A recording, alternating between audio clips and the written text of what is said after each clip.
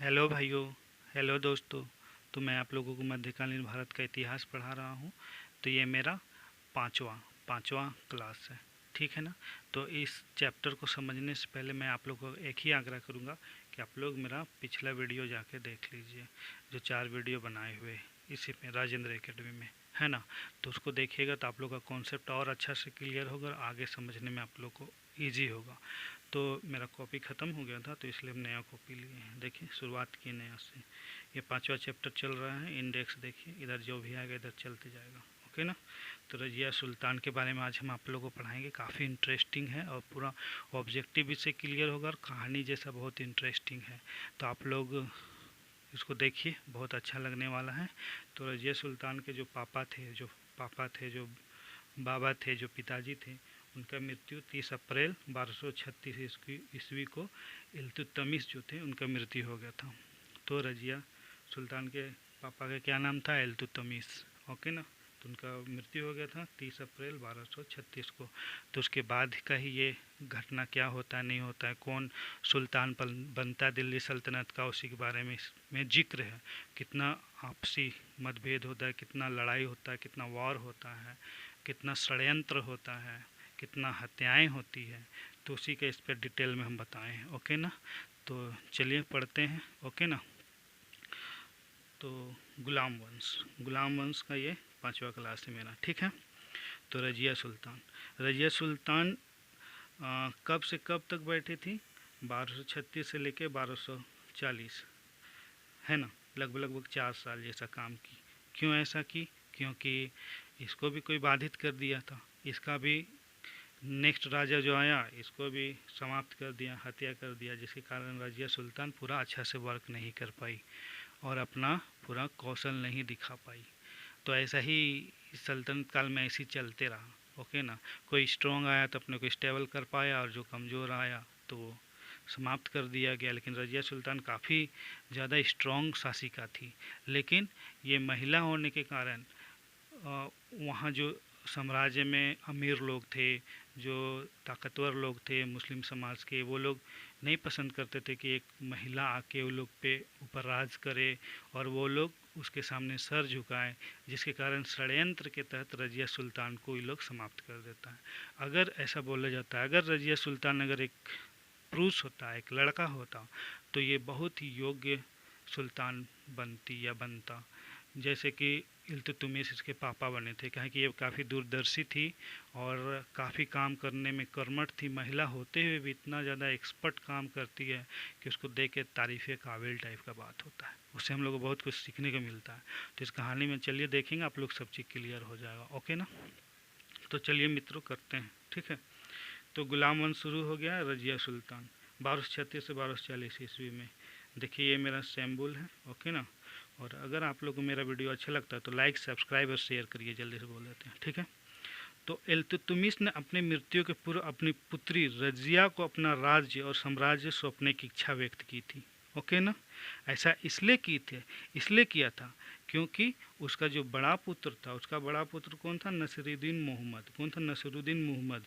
वो बहुत योग्य था, बहुत ही कर्मठ था और दूरदर्शी भी था और काफ़ी समझ बूझ वाला आदमी था। लेकिन उसका मृत्यु हो जाता। तो इसीलिए इल्तुतमिश अपनी पुत्री को, रजिया को, दिल्ली सल्तनत का राजा बनाने के लिए, सुल्तान बनाने के लिए इच्छा व्यक्त किया था। ठीक है, अपना मृत्यु से पूर्व। तो ये चीज़ समझ गए वाला चीज़। अब देखिए, क्योंकि उसका योग्य और बड़े पुत्र लखनऊती का शासक, जो लखनऊती का शासक था नसरुद्दीन मोहम्मद, का मृत्यु हो गया था, बोले थे। और उसका छोटा पुत्र जो था, उसका नाम रुकनुद्दीन फिरोज था। और वो दुर्बल था और अक्षम था। इसीलिए वो क्या करता है, ऐसे में वो रजिया सुल्तान को सुल्तान बनाने का वो इच्छा जाहिर करता है। ठीक है। अब आगे क्या होता है देखते हैं भाई लोग, चलिए देखते हैं। लेकिन तुर्क अमीर एक स्त्री को, देखे बोले थे ना, एक तुर्क अमीर एक स्त्री को राज्य करते हुए देखना अपमान समझते थे, अपना अपमान समझते थे वो लोग। तो लोग कोऑपरेट नहीं कर रहे थे रजिया सुल्तान को सुल्तान बनने के लिए। अतः वो लोग षड्यंत्र करता है। क्या षड्यंत्र करता है? इसलिए अतः इसलिए अनेक तुर्क अमीर फिरोज शाह की माता, मतलब फिरोज शाह की माता जो थी शाह तुर्कान और अख्तदारों ने षड्यंत्र किया और रुकनुद्दीन फिरोज शाह को 1236 में सुल्तान घोषित कर देता है। ठीक है, तो ये फिरोज शाह जो था वो रजिया सुल्तान का भाई ही था, लेकिन वो अयोग्य था, कमज़ोर था, लेकिन वो लड़का था, इसीलिए उसको राजा घोषित कर देता है। और शाह तुर्कान जो थी उसकी माता थी, फिरोज शाह की माता थी। ठीक है, तो इस तरह से होता है। अब आगे देखते हैं। फिरोज शाह जो था वो सुल्तान तो बन गया, लेकिन अपनी योग्यता और दुर्बलता के कारण साम्राज्य में नियंत्रण नहीं रख सका। ओके, ठीक है। अब आगे पॉइंट देखते हैं। जहाँ जहाँ पॉइंट कर रहे हैं वो चीज़ इंपॉर्टेंट है, उसको बहुत अच्छे से ध्यान से देखिएगा। ठीक है, वहीं से क्वेश्चन आएगा। अब देखते हैं अगला पॉइंट। राज्य का वास्तविक सत्ता शाह तुर्कान के हाथों में चली गई, उसकी माता के हाथों में चली गई, और वो राजा बना रहा फिरोज शाह, लेकिन असली ताकत किस पे चला गया? शाह तुर्कान, उसकी माता के हाथों में चली गई। वह एक क्रूर महिला थी। देखिए, महिला को सॉफ्ट होना चाहिए, समझदार होना चाहिए, प्यार से भरा होना चाहिए। ये क्रूर महिला अच्छी नहीं लगती, मतलब महिला का क्वालिटी से ये विपरीत है, हमारा ऐसा विचार है, बाकी आप लोग समझ लीजिए। ठीक है, महिला को सॉफ्ट, बुद्धिमान और दयालु होना चाहिए। ओके ना, वो बहुत ज़्यादा शोभा देता है। एग्जाम्पल में हम लोग की महान राष्ट्रपति द्रौपदी मुर्मू जी काफ़ी बुद्धिमान है, और वो पूरा भारत देश की एक तरह से माता है, समझ लीजिए। चलिए आगे देखते हैं। इल्तुतमिश के छोटे पुत्र कुतुबुद्दीन को अंधा करवाकर उसने हत्या कर दी। देखिए, क्रूर महिला तो थी ही, और इल्तुतमिश का जो छोटा पुत्र था कुतुबुद्दीन को अंधा करवा दी और उसका हत्या भी करवा दी। ठीक है, अंधा कैसे करता था लोग? गरम रोड करता था, पूरा सरिया गरम, और आँख में डाल देता था। कितना गंदा बताइए, और फिर उसका हत्या भी करवा दी। क्रूर महिला, यही शाह तुर्कान। और प्रशासन में नियंत्रण ढीला पड़ गया। देखिए, प्रशासन में नियंत्रण ढीला पड़ गया, जनता पे अत्याचार होने लगा। देखिए, जनता पे अत्याचार भी होने लगा, पूरे राज्य में असंतोष फैल गया, पूरे राज्य में असंतोष हो गया, है ना। और अब फिरोज शाह राजवा क्या कर रहा है, अभी देखते हैं अगला पॉइंट में। फिरोज शाह अपने भोग विलास, देखिए भोग विलास और नींद से उसको छुट्टी ही नहीं थी, बताइए। अभी राजा को हम गारंटी देते ही मार खाएगा श्योर। एक तो राजा बन गया है, और ऊपर से अपने आप को प्रोटेक्ट नहीं कर रहा है, सिक्योरिटी में नहीं रख रहा, ना ही शासन प्रशासन कंट्रोल कर रहा है, ना ही षड्यंत्रकारी लोग को कंट्रोल करने में ध्यान दे रहे, बस मौज मस्ती और नींद। ऐसा राजा नहीं टिक सकता, ये श्योर गारंटी देते ही आगे जाके ख़त्म होगा। देखते हैं अगला पॉइंट। दिल्ली सुल्तान फिरोज शाह के अनुपस्थिति। देखिए, अब अनुपस्थित था, एक बार फिरोज शाह दिल्ली में नहीं था, तो उसका लाभ उठा के रजिया जो थी लाल वस्त्र पहन लेती है। क्या? लाल वस्त्र पहन लेती है, जो कि न्याय का प्रतीक है। क्या? लाल वस्त्र जो है न्याय का प्रतीक है। ये देखिए ब्रैकेट में, न्याय का प्रतीक है। और नमाज के अवसर पर, कब? नमाज के अवसर पर जनता के सम्मुख उपस्थित हुई, जनता के सामने उपस्थित हो जाती है। ठीक है, और अपना कुछ बात रखती है। देख रही है कि जनता संतोष में, अत्याचार है, नियंत्रण ढीला पड़ गया, तो उसी का कुछ बात रखती है, अपने आप को एक लीडर की तरह रखती है। अब आगे क्या होता है, जनता उसका साथ देता है कि नहीं देता, आगे देखते हैं। उसने शाह तुर्कान के अत्याचारों, वही फिरोज की माता का, शाह तुर्कान की माता के अत्याचारों एवं राज्य में फैले अव्यवस्था का वर्णन किया, बहुत बढ़िया से वर्णन किया, और आश्वासन दिया, सुनो भाई और बहनों, इस टाइप का। ठीक है, मैं जो करूँगी अच्छा करूँगी, इस टाइप का कुछ बोलते हैं। आगे देखते हैं। शासक बनकर शांति और सुव्यवस्था स्थापित करूँगी। क्या? शांति और सुव्यवस्था स्थापित करूँगी। ऐसा बहुत अच्छा बात बोले, ऐसे भी जनता त्रस्त था। तो अब क्या होता है, रजिया से तुर्क अमीर और अन्य व्यक्ति जो प्रभावशाली थे समाज में, वो लोग प्रभावित हो गए, उससे प्रभावित हो गए। अब क्या होगा, अब जनता भी एक्शन लेगा। देखिए, पहला घटना था जब ना दिल्ली में किसी सुल्तान को बनाने के लिए खुद जनता आगे आया, और सुल्तान अपने अपने इच्छा से मनोनीत करता, तो रजिया सुल्तान। ये भी बहुत बड़ी बात है, ये भी बहुत बड़ी बात है कि जनता खुद अपना निर्णय लेती है और सुल्तान घोषित कर देता है। ठीक है। और सबसे पहले तो हम आप लोग को बताए ही थे कि रजिया सुल्तान ही दिल्ली की प्रथम महिला शासिका थी। ओके ना। और लड़की होने के नाते एक तरह से ये बहुत बड़ी बात है कि दिल्ली सल्तनत की वो पहली महिला शासक थी और अंतिम मुस्लिम शासिका भी थी, क्योंकि इसके बाद कोई आया ही नहीं इतना ज़्यादा एकदम प्राथमिक रूप से कोई आया ही नहीं।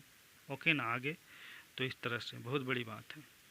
अब देखो भाई लोग, अब देखिए भाई लोग, जनता ने राजमहल पर आक्रमण कर दिया। क्या? राजमहल में आक्रमण कर दिया। ठीक है। और शाह तुर्कान को गिरफ्तार कर लिया और रजिया सुल्तान को, मतलब रजिया को सुल्तान घोषित कर दिया। ठीक है। देखिए, जनता राजमहल में हमला कर लिया, जैसे अभी बांग्लादेश में हुआ था, देखे थे ना आप लोग, पढ़े थे न्यूज़ में, टीवी में भी देखे होंगे, वही बात हो रहा है यहाँ पे। अब आगे देखते हैं। फिरोज शाह भी जब दिल्ली पहुँचा तब उसे कैद कर लिया गया। फिरोज शाह भी कहीं गया होगा, तो वो दिल्ली पहुंचा तो उसको भी गिरफ्तार कर लिया जनता लोग, और उसको तो गिरफ्तार कर लिया ही, और उसको हत्या भी कर दिया। क्या? हत्या भी कर दिया। ठीक है भाई लोग। अब नवंबर 1236 ईस्वी में रजिया को सुल्तान पद पे प्रतिष्ठित हो गए। कब? 1236 ईस्वी में प्रतिष्ठित हो गए, मतलब बैठ गई।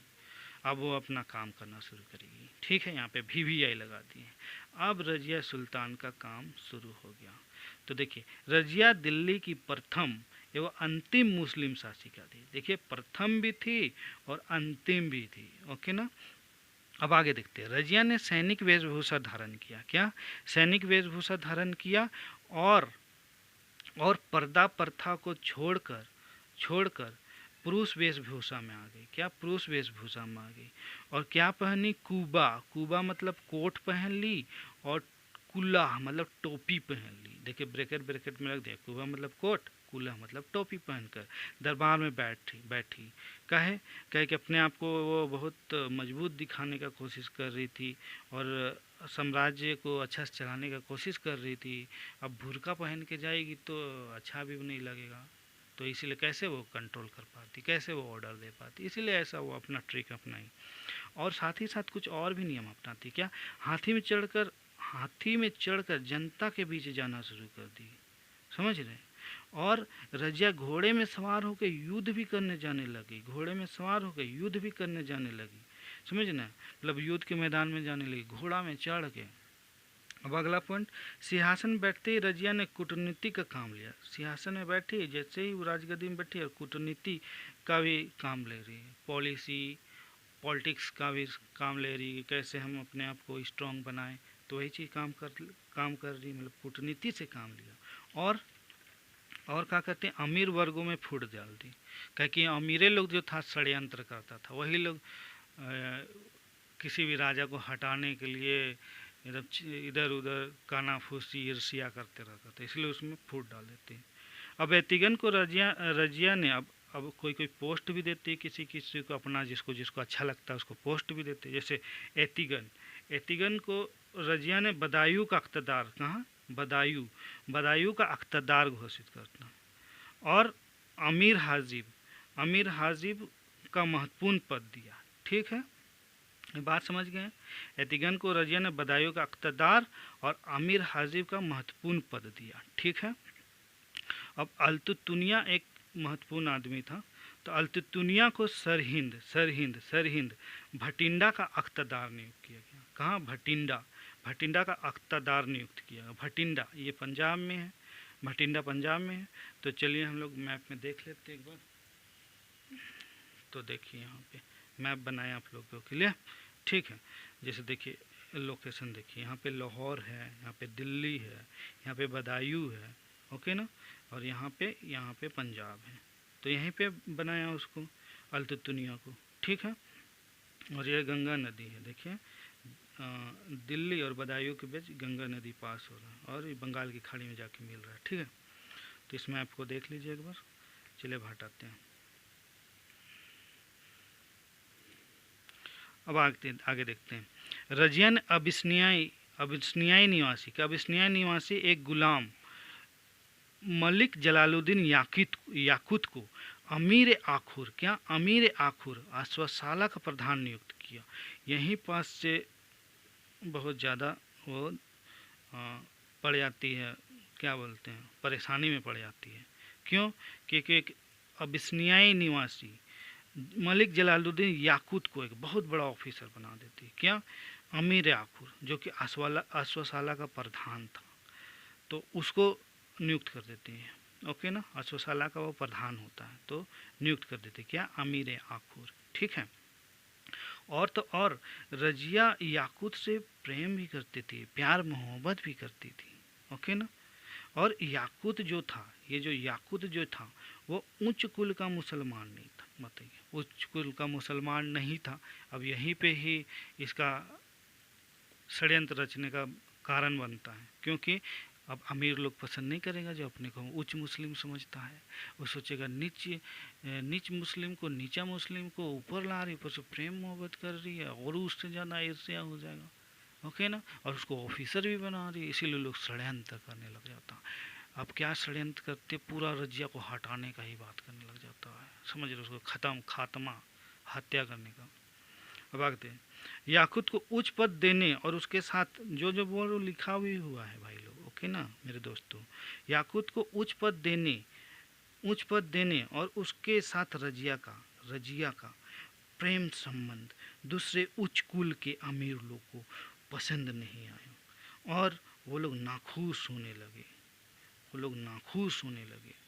और दरबार के अधिकांश अमीर रजिया के पुरुषों के समान पोशाक पहनने से भी नाखुश थे और पसंद नहीं करते थे। उस लोग क्या सोचते, महिला है, बुर्का पहन के ही आए और बुर्का में रहे, और पुरुषों के नीचे ही रहे। ऐसा वो लोग का ऐसा थिंकिंग था। उस समय का बात कर रहे भाई लोग। ओके ना, उस समय का बात कर रहे, जो उस समय का जो चल रहा था। ओके ना। तो ऐसा वो लोग पसंद नहीं करते थे। अब आगे देखते हैं अगला पॉइंट क्या है। साथ ही एक महिला के सामने उच्च कुल के अमीरों को अपना सर झुकाना भी पसंद नहीं था, कि एक महिला के सामने हम लोग अपना सर झुका देंगे, इतना हम लोग ताकतवर इंसान हैं, ऐसा सोचता था। अब लोग बहुत ज़्यादा षड्यंत्र करेगा, देखिए ना, पूरा गेम खेलेगा पूरा, और रजिया सुल्तान का खेला ख़त्म करने में लगा रहेगा।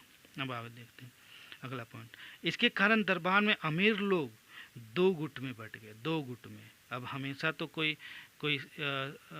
एक ही जैसा नहीं सोचता है, कोई अलग भी सोचेगा। जैसे कोई अमीर लोग जो था रजिया सुल्तान का समर्थक था, कोई अमीर लोग और ताकतवर लोग रजिया का समर्थक था, लेकिन कोई उसका विरोधी भी था। अब वो देखिए, विरोधी भी था। अब आगे देखते क्या करता। विरोधी अमीरों ने भटिंडा के सूबेदार कौन था बताया था ना जी, अल्तितुनिया था।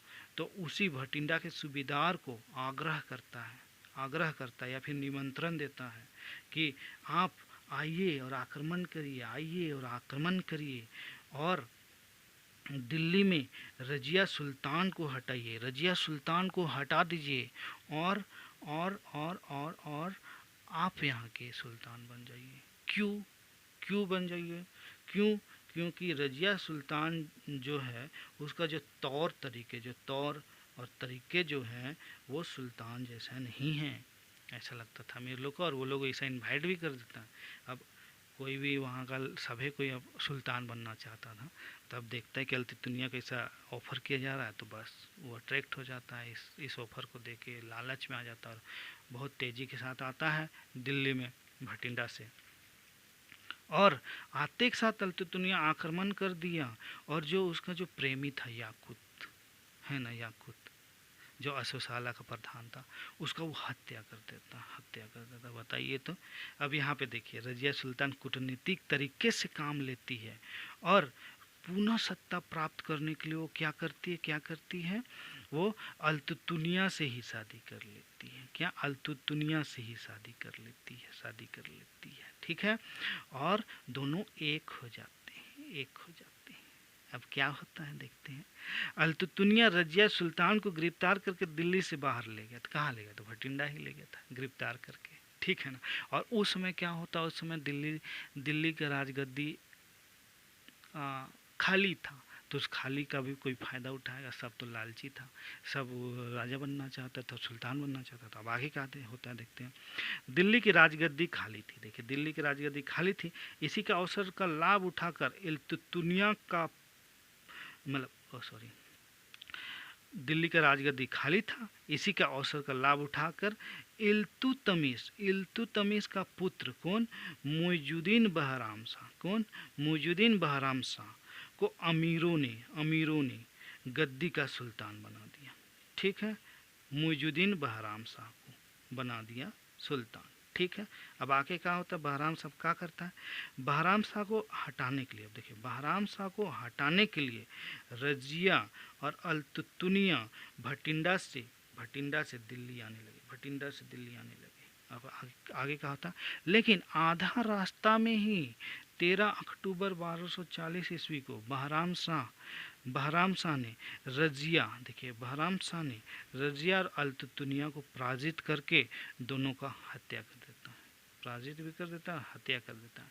लेकिन यहाँ पे कभी कभी कहीं कहीं पे ये भी मिलता है कि डाकुओं द्वारा उस लोग का हत्या किया गया था, या फिर डाकुओं द्वारा उन लोग का हत्या किया गया था रास्ते में, या फिर गद्दारों के द्वारा हत्या किया था, ऐसा बोला जाता है। ठीक है, जैसा ऑप्शन रहेगा वैसा मार लीजिएगा। ठीक है, वैसा ऑप्शन को टिक कर लीजिएगा। ठीक है, रजिया सुल्तान का हत्या अगर बहराम शाह दिया तो बहराम शाह मारिएगा, नहीं तो डाकू दिया तो डाकू मारिएगा, या तो गद्दार करिएगा। ठीक है, दोनों का, रजिया और अल्तुतुनिया दोनों का हत्या हो जाता है 13 अक्टूबर 1240 को। यहाँ पे देख लीजिएगा आप लोग। ठीक है, टिक मार दे रहे हैं। कॉन्सेप्ट क्लियर कर लीजिएगा, कोई झंझट नहीं है। और उसके बाद अब ख़त्म हो जाती है रजिया सुल्तान, तो ठीक है, उससे पहले अब देखिए रजिया सुल्तान और अल्तुतुनिया का तो समाप्ति हो जाता है, खात्मा हो जाता है, खेला ख़त्म हो जाता है। उसके बाद कौन कौन राजा बनता है, उसी चीज़ का यहाँ पे हम निर्देश दिए हैं या फिर दिखाए हैं। देखिए अब छठे नंबर पे कौन आता है? मुइजुद्दीन बहराम शाह। कौन? मुइजुद्दीन बहराम शाह आता है, जो 1240 से 1242 तक काम करता है। लेकिन ये अयोग्य था, दुर्बल था, ये ज़्यादा राजपाट और ज़्यादा दिल्ली सल्तनत को चला नहीं पाता है। उसके बाद आता है 7वां नंबर पे अलाउद्दीन मसूद शाह, जो कि 1242 से 1246 तक किया। वो भी अयोग्य था, कमज़ोर था, तो वो भी राजपाट नहीं चला पाता है। और उसके बाद आता नसरुद्दीन मोहम्मद, ये भी बहुत कमज़ोर, अयोग्य, दुर्बल। वो 1246 से 66 तक काम करता है, ये भी कोई खास काम नहीं करता। देखिए ये लोग से कोई क्वेश्चन ही नहीं आता है, तो इसीलिए लोग के बारे में जिक्र करना, उस समय व्यतीत करना भी सही नहीं लगता स्टडी में। तो ये, लेकिन ये लोग का नाम याद रख लीजिए क्रम में। छठा में कौन आया था, 7वां में कौन आया था, 8वां में कौन आया था, ऐसा हो सकता है आप लोग को पूछ दे ऑप्शन में कि क्रमिक रूप से सजाएं, तो ठीक है, इसीलिए इस सबका नाम याद कर लीजिए। ठीक है, चलिए हम बता दें। अब आगे देखते कोई स्ट्रॉन्ग राजा आएगा। अब स्ट्रॉन्ग राजा आएगा और देश को चलाएगा बढ़िया से, अपना साम्राज्य को, दिल्ली सल्तनत को। ये 3 सुल्तान दिल्ली साम्राज्य को लड़खड़ाते हुए, देखिए लिख भी दिए, लड़खड़ाते हुए किसी तरह से ले जा रहे थे साम्राज्य को, है ना। क्योंकि ये तीनों अयोग्य थे, दुर्बल थे और दूरदर्शी थे। ओके ना, दूरदर्शी, यहाँ पे देखिए, यहाँ पे थोड़ा मिस्टेक करते रहे थे, तो इसलिए बाद में लिख दिए दूरदर्शी नहीं थे। वो लोग अदूरदर्शी थे, मतलब दूर का वो लोग नहीं देख पाता था। ठीक है, मतलब उन लोग को कुछ समझ ही नहीं था कि आगे क्या होगा, नहीं होगा, बस चले जा रहा है। अब आगे देखते हैं। नसरुद्दीन की स्थिति बहुत ख़राब हो गई थी, बहुत ख़राब। नसरुद्दीन जो बोले ना, लास्ट वाला जो था, ये इसका भाई लोग, इसका नसरुद्दीन महमूद का स्थिति बहुत ख़राब हो गया था, बहुत ख़राब हो गया। तो वो ऐसा शासक था जो टोपी सी के जीवन चला था, टोपी सी के। ये पॉइंट बहुत ज़्यादा इम्पोर्टेंट पूछता है, भी लगाते, टोपी को सी के शासन चला रहा था वो। बताइए ऐसा कोई सुल्तान तो जो टोपी सी के चलाता, अपना जीवन चला रहा था। ऐसा इसलिए होता है, क्यों होता है, अब आगे देखते हैं। बलबन के सहयोग से और षड्यंत्र से ही उसको राजगद्दी मिला था। अतः वह बलबन के आगे असहाय था, कमज़ोर था। ठीक है, अब असहाय था तो क्या ही कर पाएगा वो। अब आगे देखते हैं। अब आ जाता है मेन राजा। कौन राजा आ जाता है? मेन राजा आ जाता है। ये यहाँ पे 10वां नंबर लगा दिए हैं, इसको काट के हम लोग यहाँ पे 9वां नंबर का राजा बना देते हैं। इसको 9वां नंबर का ही गलती से लिखा गया था, ओके ना। तो 9वां नंबर का राजा कौन आ जाता है? गियासुद्दीन बलबन। अब ये बहुत ही स्ट्रॉन्ग राजा, ये बहुत ज़्यादा साम्राज्य में अमूलचूल परिवर्तन करता है, अच्छा अच्छा चीज़ लाता है और साम्राज्य को स्ट्रॉन्ग बनाने में कार्य करता है। लेकिन ये बहुत खतरनाक डिसीजन भी लेता है, जिससे कि डेंजर काफ़ी ज़्यादा। देखिए आगे देख के आप लोगों को काफ़ी अजब महसूस होगा, मज़ा भी आएगा कि क्या क्या करता है। और जो बलबन जो था, वो जो चहलगामी जो 40 सदस्य ताकतवर सदस्यों का जो दल बनाया था इल्तुतमिश, उसी में से एक सदस्य था। और ये इल्तुतमिश का गुलाम था, तो आप तो जान ही रहे हैं, हम पहले भी पढ़ा चुके हैं आप लोग को, जो कि अभी भी क्लियर होगा। अब आगे देखते हैं। गियासुद्दीन बलबन 1266 से 1286 तक, क्या 1266 से 1286 ईस्वी तक काम करता है और टोटल 20 साल तक काम करता है। काफ़ी लंबा कार्यकाल है, इसमें बहुत सारा परिवर्तन ले आएगा। अब आगे देखते हैं। बलबन बहुत बुद्धिमान और दूरदर्शी था। क्या? बुद्धिमान भी था और दूरदर्शी भी था, और अलग अलग शासकों के दौरान अपना शक्ति को बढ़ाते रहा। बोला वो ऑफिसर की तरफ 20 साल काम किया और सुल्तान की तरफ 20 साल काम किया। ऐसा है, सोचिए तो काफ़ी अनुभवी था वो, तो अच्छा तो खेलेगा ही, अच्छा खेला तो करेगा ही सुल्तान बन के। अब आगे देखते हैं, क्योंकि उसको काफ़ी समझ बूझ था साम्राज्य का, प्रशासन का, सैनिक सेनापति बनने का, बहुत सारा क्वालिटी था उसमें। इल्तुतमिश ने 1233 ईस्वी में, कब? 1233 में बलबन को गुलाम के रूप में खरीदा था, गुलाम या दास के रूप में खरीदा था। किससे खरीदा था? ख्वाजा जलालुद्दीन से खरीदा था।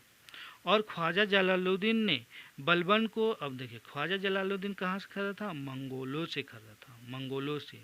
जो मंगोल का जो सैनिक लोग था ना, हमला करके कहीं भी बहुत ज़्यादा मार काट करता था, पूरा तबाही ले आता था और अच्छे अच्छे लोगों को पकड़ के दास बना लेता था और उन लोग को ले जाके कहीं कहीं बेच देता था अच्छा दाम में। तो वैसे बेच दिया था किसको? बलबन को। ठीक है, कॉन्सेप्ट क्लियर हो गया। लेकिन अब आगे देखते हैं। बलबन इल्बरी तुर्क था। क्या? इल्बरी तुर्क था, और ये संपन्न परिवार का था। क्या था? संपन्न परिवार का था। उसका मतलब उसका जन्म एक संपन्न परिवार में हुआ था, लेकिन दुर्भाग्य से युवा अवस्था में मंगोलों द्वारा उसको बंदी बना दिया गया, बंदी बना लिया, मंगोलों द्वारा उसको बंदी बना लिया और उसको बेच दिया। किसको बेच दिया? ख्वाजा जलालुद्दीन को। ख्वाजा जलालुद्दीन किसको बेच देता है? बलबन को इल्तुतमिश को बेच देता है, इल्तुतमिश को बेच देता है। इस तरह से उसका ट्रांसफ़र होते रहता है। अब आगे देखते हैं। लेकिन जब इल्तुतमिश खरीद लेता तो अपने पास वो स्थायी रूप से रख लेता। अब देखते हैं। बलबन ने अपनी बेटी का शादी गुलाम वंश के राजा नसरुद्दीन से करते हैं। किसको? जो टोपी सी के अपना जीवन चला रहा था। काहे ऐसा करता है? वो राजनीति के तहत करता है कि सत्ता प्राप्त कर सके। राजा से शादी के लिए मतलब राजा के बहुत क्लोज आ गया, तब उसको गद्दी पाने में उसके लिए बहुत आसानी हो जाएगा, इजी हो जाएगा। इसलिए वो नसरुद्दीन से अपनी बेटी का विवाह कर देता है, नसरुद्दीन से अपनी बेटी का विवाह कर देता है। इससे उसका साम्राज्य में उसका प्रभाव बहुत अधिक हो गया उससे उसका प्रभाव साम्राज्य में। अब आगे देखते हैं। दिल्ली का सुल्तान अब बलबन का दामाद बन गया। देखिए, दामाद बन गया, दिल्ली का सुल्तान अब दामाद बन गया। अब आगे देखते हैं। अब देखिए, बलबन दामाद का हत्या भी करवा देता है। काहे करवा देता है? अपने राजा बनने के लिए, और खुद दिल्ली का सुल्तान बन गया। बताइए कितना खराब बात है। कुछ भी अपना जो मन आ रहा वही कर रहा, और अपने आप को राजा बनाने के लिए, सुल्तान बनाने के लिए पूरी तरह से वो दाम, दंड और भेद तीनों का नीति अपना रहा है। समझ रहे? तीनों का प्रयोग कर रहा है और सुल्तान बन जाता है इस तरह से। अब अगला पॉइंट बहुत इम्पोर्टेंट है। 1249 ईस्वी में क्या होता है? नसरुद्दीन महमूद ने खुश होके, इससे पहले, ये घटना का पहले का बात है, नसरुद्दीन मोहम्मद ने खुश होके बलबन को उल्गू खां, क्या उल्गू खां की उपाधि दिया था। किसको? बलबन को। क्यों दिया था? क्योंकि बलबन ने अपनी पुत्री का विवाह नसरुद्दीन से किया था, इसलिए नसरुद्दीन महमूद उसको खुश होके उल्गू खां का उपाधि दिया था। ठीक है। लेकिन बलबन उसका हत्या करवा देता नसरुद्दीन महमूद को, अपने सुल्तान बनने के लिए दिल्ली का। अब आगे देखते हैं, ये भी इम्पोर्टेंट है, VVI। यहाँ पे मेरा पेन ख़त्म हो गया था, इसलिए नया आया तो थोड़ा सा लाइट है। चलिए देखते हैं। बलबन ने अपने विरोधियों की समाप्ति के लिए क्या करता है? लौह एवं रक्त की नीति का अपनाता है। ये बहुत इंपॉर्टेंट है। लौह और रक्त की नीति कौन अपनाया था? बलबन अपनाया था। और ये क्या था? खून का बदला खून, अगर तुम हमको मारोगे तो हम भी तुमको मारेंगे, इस टाइप का बलबन करता है। लौह और रक्त की नीति मतलब तलवार के बल पे शासन कायम करता है। जो भी विरोधी रहता उसको खात्मा ही कर देता था, पूरा खत्म कर देता था। अनुपालन किया। और जो 40 लोगों का जो दल था ना, तुर्कान चहलगानी जो शक्तिशाली लोगों का दल था, उसको नष्ट कर देता है। और उसके सभी सदस्यों का हत्या भी करवा देता है। समझ रहे बात को? जिसका कि खुद भी एक सदस्य था, और उसका सदस्य कौन उसको नियुक्त किया था? इसका राजा, बलबन का राजा कौन था? इल्तुतमिश। बलबन तो गुलाम था, लेकिन उसको भी ये जो 40 दलों का जो दल था तुर्कान चहलगानी, उसमें बलबन को सदस्य बना था इल्तुतमिश। समझ गए बात को? समझ गए? तो उसी को नष्ट कर देता है, पूरी तरह से ख़त्म कर देता है, और उसके सदस्यों को हत्या भी करवा देता है। काहे कि काफ़ी ताकतवर था ये दल, इसी के बल पे इल्तुतमिश पूरा साम्राज्य कायम किया था। ये चाहता तो किसी को राजा बना देता ये दल, और चाहता तो उतार भी देता, इसलिए उसको खात्मा कर देता है। बात को समझ रहे? तो यहाँ पे एक क्वेश्चन आता है, कौन सा राजा था या कौन दिल्ली का सुल्तान था जो तुर्कान चहलगानी या 40 लोगों का शक्तिशाली दल का निर्माण कौन किया था? तो इल्तुतमिश किया था। लेकिन उसको नष्ट कौन किया था? तो वो बलबन किया था। इसको अच्छा से दिमाग में रखिएगा। ठीक है, VVI कर दिए हैं। अब आगे देखते हैं। इल्तुतमिश के सारे परिवार के सदस्यों को भी मरवा देता है। ना रहेगा बांस ना बाजेगा बांसुरी वाला हिसाब, कि अब इल्तुतमिश का सब परिवार का सदस्य मरिए जाएगा तो फिर कहाँ से कोई सुल्तान बनने के लिए आएगा, ऐसा सोच के वो इल्तुतमिश के सारे परिवार के सदस्यों को मरवा देता है। बलबन ने राज्य में देवीय, अब अपने आप को बड़का दिखाने के लिए कि हम बहुत बड़े एकदम ताकतवर इंसान है और विशेष है, इसको दिखाने के लिए कुछ कुछ नीति अपनाता है। VVI है। ठीक है। बलबन ने राज्य में देवीय राजत्व का सिद्धांत प्रतिपादित किया। क्या? देवीय राजत्व सिद्धांत को प्रतिपादित किया या लागू किया। और इसके अनुसार क्या होता है? इसके अनुसार बलबन ने स्वयं को नियाबत ए खुदाई, मतलब नियाबत ए खुदाई, देखिए नियाबत ए खुदाई, इसका ब्रैकेट में लिख दिया, ईश्वर का प्रतिनिधि बताया कि हम ईश्वर का प्रतिनिधि हैं, है ना। और क्या किया? जिले है इलाही, इसका अर्थ क्या होता है? ब्रैकेट में लिख दिए हैं, ईश्वर की छाया, और ईश्वर की हम छाया हैं, ऐसा बताया, अपने आप को बहुत ऊपर बताया, है ना। आम जनता लोग से अपने आप को बहुत ऊपर बताया, ताकि उसको सबको इज्जत करे और राजा के तौर से एक्सेप्ट करे, ऐसा सुल्तान के तौर पे। अब आगे देखते हैं। देवत्व का सिद्धांत का सरल शब्दों में क्या अर्थ होता है? क्या अर्थ होता है अब इसको बताते हैं। मैं राजा हूँ क्योंकि मुझे ईश्वर ने राजा बना के भेजा है, ऐसा बोलता है। मैं राजा हूँ क्योंकि मुझे ईश्वर ने राजा बना के भेजा है। बताइए, मैं यहीं से राजा नहीं हूँ, भगवान ने हमको भेजा ऊपर से, ऐसा बोलता है। अब आगे देखते हैं। उसने निरुकुंजता का सिद्धांत दिया। क्या? निरुकुंजता का सिद्धांत दिया। अब इसका अर्थ क्या होता है? इसका अर्थ क्या होता है? राजा का पहला कर्तव्य है कि वो राज्य और साम्राज्य की इच्छाओं, देख लीजिए बढ़िया से, राजा का पहला कर्तव्य है कि राजा को साम्राज्य की इच्छाओं एवं आवश्यकताओं के अनुसार चलना चाहिए, ना कि जनता की भावनाओं के अनुसार। बताइए, तो मतलब जनता को कोई वैल्यू ही नहीं दी, ऐसा तो था। अब आगे पॉइंट देखिए। जो भी सत्ता का बाधक बनता था उसका हत्या करने में वो पीछे नहीं हटता था, मार डालता था। इस तरह से बलबन ने बहुत कठोर शासन व्यवस्था चलाया। बहुत खतरनाक राजा था, बहुत कठोर शासन व्यवस्था चलाया। अब आगे देखते हैं। बलबन सुल्तान की हत्या करके, बलबन जो था वो सुल्तान की हत्या के, जो टोपी सीसी को वो चलाता था ना नसरुद्दीन, उसी को तो हत्या करके ना अपने सुल्तान बना था। अतः बहुत सारे अमीर लोग उसका विरोधी हो गए। अब क्या करता है बलबन?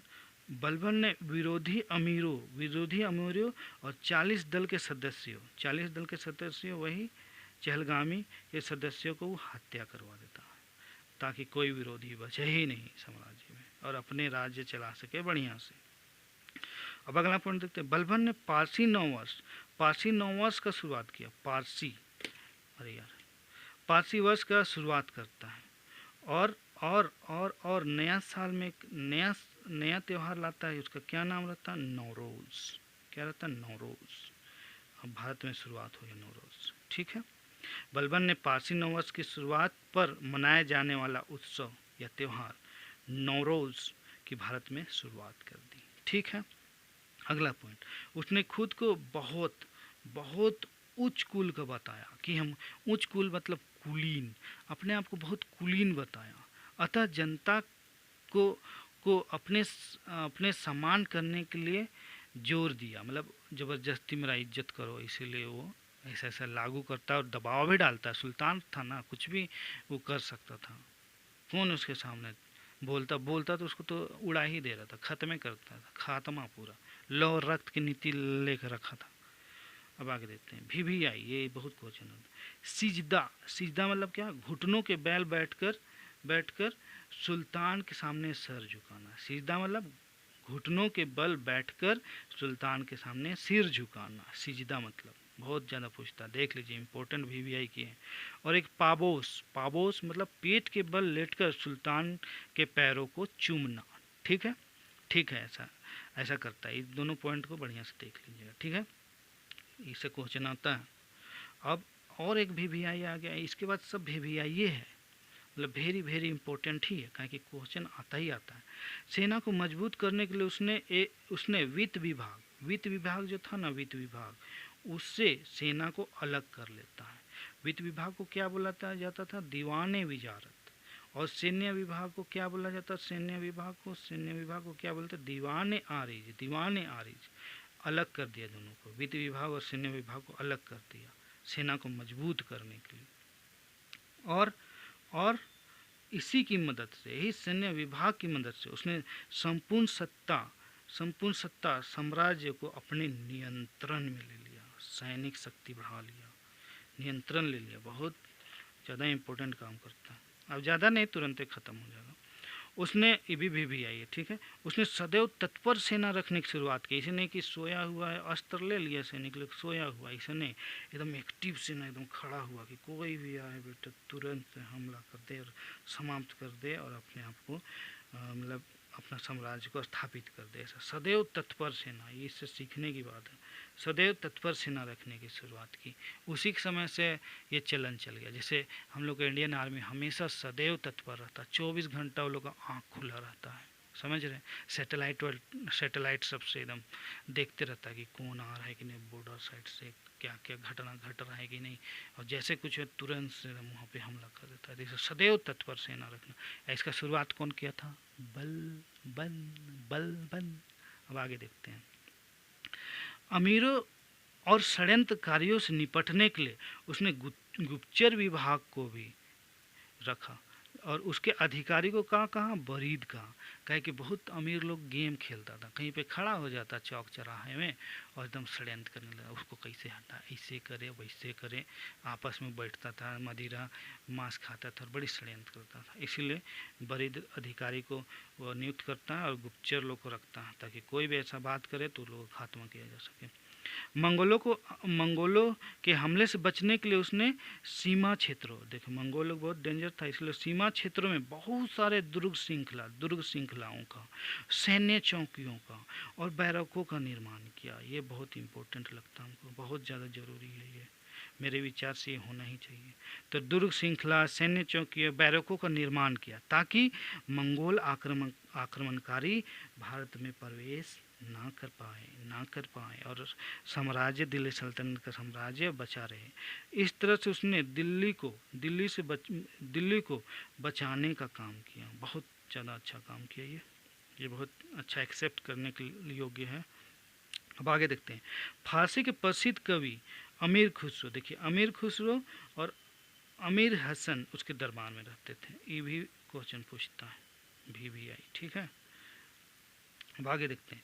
उसने बिना किसी भेदभाव का न्याय प्रदान किया, न्याय कोई भेदभाव नहीं किया, सबको न्याय दिया था, ठीक है। बलबन शरीयत का कट्टर समर्थक था। क्या? शरीयत जो था मुस्लिम लोग का एक रूल होता है उसका, बहुत कट्टर शरीयत मतलब बहुत कट्टर समर्थक था। जो रूल होता है उसका वो निभाता था, वो मानता था। और वो दिन में 5 बार नमाज पढ़ता था, ठीक है। मतलब वो पूरा असली में मुसलमान अपने आप को मानता भी था और वैसा एक्ट भी करता था और मान भी रहा था। आगे देखते हैं। सुल्तान बनने के बाद उसने शराब और भोग विलास को पूरी तरह से त्याग दिया। ये तो बहुत ज़रूरी है। कोई है कि शराब पी के अपने आप को बहुत बड़ा समझता है। शराब पियोगे भाई तो राजा तो नहीं बन पाओगे। जिस दिन तुम मते रहोगे वही दिन तुमको मार दिया जाएगा। इसीलिए सुल्तान बनने के बाद वो शराब और भोग विलास को छोड़ दिया। समझ रहे बात को? बहुत बड़ा स्मार्ट आदमी था। I like it. ये पॉइंट हमको बहुत पसंद आया। I like it. अब इसके बाद जो भी राजा लोग आता है, कौन कौन राजा आता है? 10वां में कैकूबाद आता है 1287 से 1290 ईस्वी में।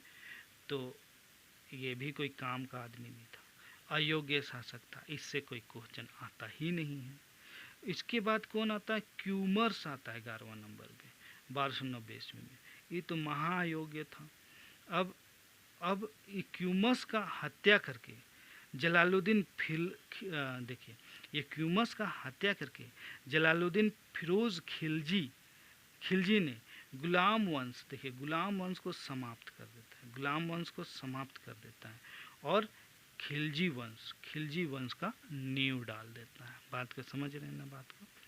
तो इसके बाद नया वंश आएगा, खिलजी वंश भी काफ़ी इंटरेस्टिंग है। उसमें बहुत एक ताकतवर राजा आता है अलाउद्दीन खिलजी। वो इतिहास में सबसे ज़्यादा खूनी सुल्तान के तौर पे जाना जाता है और उस पर बहुत सारा पिक्चर भी बना है। आप लोग देख सकते हैं, पद्मावत मूवी बना है जिसमें कि रणवीर सिंह एक्टिंग किया है खूंखार तौर पे। तो आप लोग वो वीडियो जाके आप लोग देख सकते हैं, वो मूवी आप लोग जाके देख सकते हैं, काफ़ी इंटरेस्टिंग है। तो उसके बाद हम अलाउद्दीन खिलजी के बारे में पढ़ाएंगे, बहुत मज़ा आने वाला है वो चैप्टर, ठीक है। तो इसके बाद वो शुरुआत होगा। तो इस तरह से बलबन का पूरा सल्तनत काल का जो सुल्तान बनने का पीरियड समाप्त हो जाता है। और ये 2 राजा का जो बताए वो लोग से क्वेश्चन नहीं आता, ठीक है। तो टोटल 11 गुलाम वंश में टोटल 11 सुल्तान बने थे, ठीक है। तो उसका पूरा जिक्र हो गया। अब नया जो चैप्टर आएगा वो खिलजी वंश आएगा, ठीक है। तब क्वेश्चन आंसर है, ज़्यादा नहीं थोड़ा सा है। तो इसको पढ़ेंगे और 5 काउंट करेंगे। तो आप लोग अपना आंसर बता दीजिएगा और कमेंट में बताइएगा कितना सही किया, 5 में कितना सही हुआ, ठीक है। जो पढ़ाए हैं वही क्वेश्चन है, ठीक है। चलिए तो हम कर रहे हैं, ठीक है। क्वेश्चन आंसर शुरू हो जाता है। पहला क्वेश्चन क्या है? रजिया सुल्तान के पति का क्या नाम था? रजिया सुल्तान के पति का क्या नाम था? ए है याकूत, बी है अल्तुनिया, सी है एतिगन, डी है फारूक। काउंट कर रहे हैं, 1 2 3 4 5। क्या नाम था रजिया सुल्तान का पति का? चलिए बताइए जी, बता पा रहे हैं? तो हम आप लोग को बता देते हैं, कौन था? अल्तुनिया था। कौन था? अल्तुनिया था, भटिंडा का। अब आगे देखते हैं, एक पेन को हटा देते हैं। और दूसरा क्वेश्चन है, रजिया सुल्तान और उसके पति की हत्या किसने अब कब करवाई थी? इसको भी आप लोग को पढ़ाए हैं, तो आप लोग बताइए। चलिए ऑप्शन दे रहे हैं। ए आराम शाह 14 अक्टूबर 1242 ईस्वी में, बी है नसरुद्दीन शाह 15 अक्टूबर 1240 ईस्वी में, सी है बहराम शाह 13 अक्टूबर 1240 ईस्वी में, डी है फिरोज शाह 13 अक्टूबर 1240 ईस्वी में। चलिए काउंट करें 1 2 3 4 5। बता लिए भाई लोग। चलिए हम बता देते, बहराम शाह ने किया था, बहराम शाह किया था 13 अक्टूबर 1240 ईस्वी को। ठीक है, आगे देखते हैं, आगे देखते हैं। उल्गू खां किसका नाम था? उल्गू खां किसका नाम था? आप लोग को पढ़ाए थे। चलिए, ए है बलबन का नाम था, बी है याकूत का नाम था, सी एतिगन का नाम था, डी फारूक का नाम था। चलिए काउंट करें 1 2 3 4 5। चलिए बताइए बताइए बताइए, बता लीजिए। हम बताते, उल्गू खां बलबन का नाम था। वही जो टोपी सी के चलाता था ना अपना जीवन, वही नसरुद्दीन बोला था इसको उल्गू खां का। कहे क्योंकि बलबन अपनी बेटी का शादी कर दिया था नसरुद्दीन से, इसलिए खुश होकर किया था, ऐसा नाम दिया था उल्गू खां बलबन को। अब चौथा क्या है? 40 योग्य तुर्क सरदारों का एक दल चहलगानी को नष्ट किसने किया? नष्ट किसने किया? ऑप्शन है, ए रजिया ने, बी इल्तुतमिश ने, सी बलबन ने, डी फिरोज खिलजी ने। चलिए बताइए, पढ़ाए थे इसको 1 2 3 4 5। बता दिए भाई लोग। इसको ख़त्म किया था बलबन ने, लेकिन ये चहलगानी 40 योग्य तुर्क सरदारों का जो दल था उसको बनाया था इल्तुतमिश, लेकिन इसको नष्ट कौन किया? बलबन। ये क्वेश्चन बहुत आता है, ये VVI है, देख लीजिए, इसको बढ़िया से याद कर लीजिए। वो आगे पांचवा लास्ट क्वेश्चन है। पेट के बल लेटकर सुल्तान के पैरों को चूमना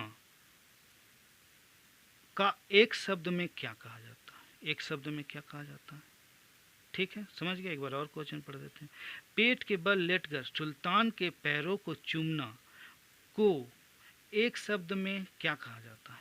ठीक है, ए है सिजदा, पढ़ाया था आप लोग को, ए सिजदा, बी है लाबोस, सी है विजारत, डी है पाबोस। चलिए बताइए, काउंट करते हैं 1 2 3 4 5। बता दिए दोस्तों।